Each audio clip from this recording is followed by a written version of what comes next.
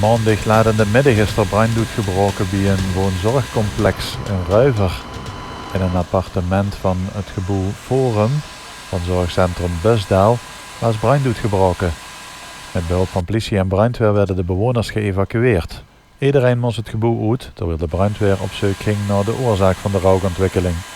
Volgens een woordvoerster van de brandweer zou de brand zijn ontstaan in een bakplaat van een van de bewoners. We zijn hier in Reuver bij een woonzorgcomplex.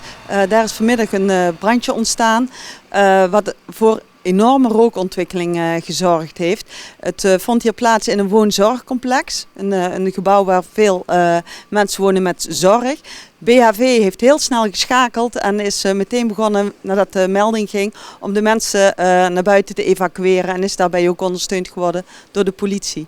Het gaat goed met de bewoner en deze bewoner kon niet terug naar zijn eigen appartement, maar daarvoor is hij naar een ander appartement gegaan wat toevallig leeg stond.